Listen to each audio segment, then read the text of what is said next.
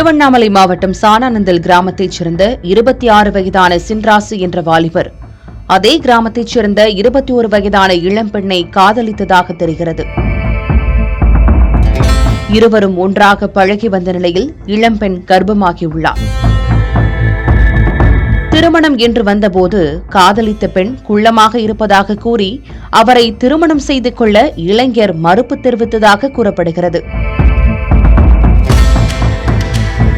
இந்த நிலையில் அந்த பெண்ணின் குடும்பத்தார் திருவண்ணாமலை அனைத்து மகளிர் காவல் நிலையத்தில் புகார் அளித்தனர்.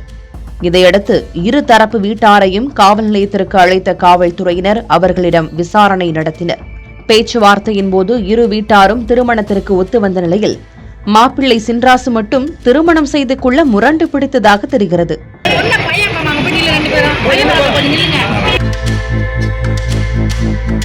அப்போது காவல்துறையினர் முன்னிலையிலேயே திருமணம் நடைபெற வேண்டும் என்று பெண் வீட்டார் கேட்க திருவண்ணாமலை மத்திய பேருந்து நிலையம் அருகில் உள்ள வடவீதி சுப்பிரமணியர் திருக்கோவிலில் இருவருக்கும் திருமணம் செய்து வைக்க முடிவு செய்தனர்.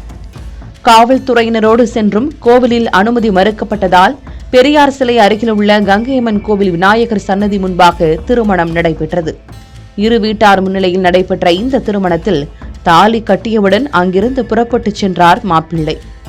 ஊர் மக்கள் பார்க்க காவல்துறையினர் வீடியோ எடுக்க இன்று நடந்த இந்த திருமணத்தில் மாப்பிள்ளை வேண்டாவிருப்பாக நின்றது மணப்பெண்ணை கலங்கச் செய்தது.